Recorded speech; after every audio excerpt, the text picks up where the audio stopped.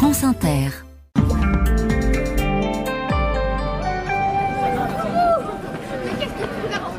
Sous les radars et Sébastien Logénie, nous sommes dans les rues de Genève, en Suisse. Sébastien, la Suisse qui révèle que le patriarche Kirill, le patriarche russe, très proche de Vladimir Poutine, a travaillé pour les services secrets russes. Oui, c'est une information rendue publique hier par 2 journaux suisses et qui fait la une de tous les médias helvètes. Le patriarche orthodoxe russe Kirill, fervent défenseur de l'invasion de l'Ukraine, aurait espionné la Suisse pour le compte du KGB dans les années 70, rapporte le matin dimanche la Sonntagszeitung. Les journaux ont pu consulter des archives déclassées. Voilà, les 2 journaux ont pu accéder en effet à une fiche déclassifiée de la police fédérale. À l'époque, dans les années 70, l'actuel chef spirituel de l'église orthodoxe russe vivait à Genève pour représenter le patriarcat de Moscou auprès du Conseil œcuménique des églises.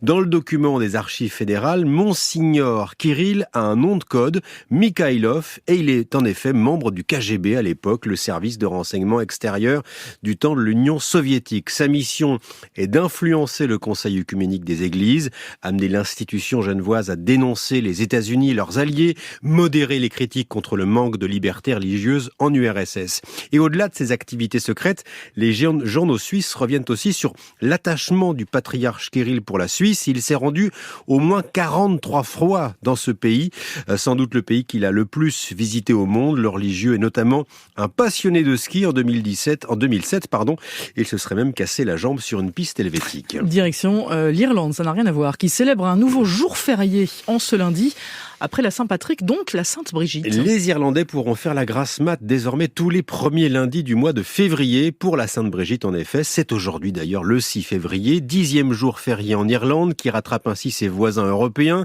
Et pour la première fois, l'Irlande met en place un jour férié dédié à une femme, tout un symbole dans ce pays très conservateur, en pleine mutation. Brigitte, selon les différentes traditions, serait née de l'union d'un roi et d'une esclave au 5e siècle. Élevée par un druide, elle est celle qui a su concilier les contraires, généreuse, charitable, proche de la nature. C'est la sœur de tous, la sainte du peuple. On entend ici une spécialiste de cette figure de l'église d'Irlande parler de Brigitte en gaélique. C'est pour ça qu'on ne comprend rien.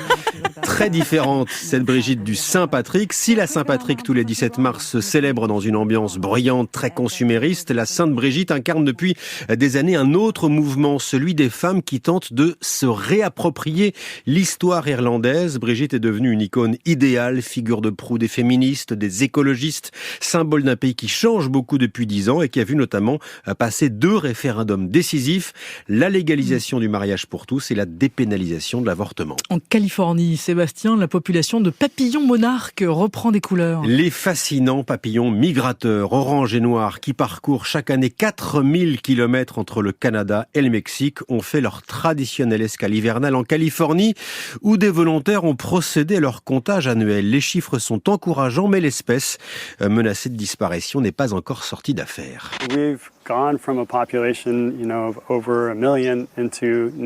On entend ici l'un de ces défenseurs du monarque qui raconte que la population de papillons est passée de plus d'1 million à seulement 100 000 ces 30 dernières années, un déclin dû au dérèglement climatique et à la destruction de l'habitat du papillon. En 2020, on a même cru qu'ils allaient disparaître, on ne recensait plus que 2000 spécimens. Le monarque a alors été ajouté à la liste rouge des espèces en voie d'extinction, mais l'année 2021 a cependant fait renaître l'espoir avec une population estimée à près de 250 000 spécimens.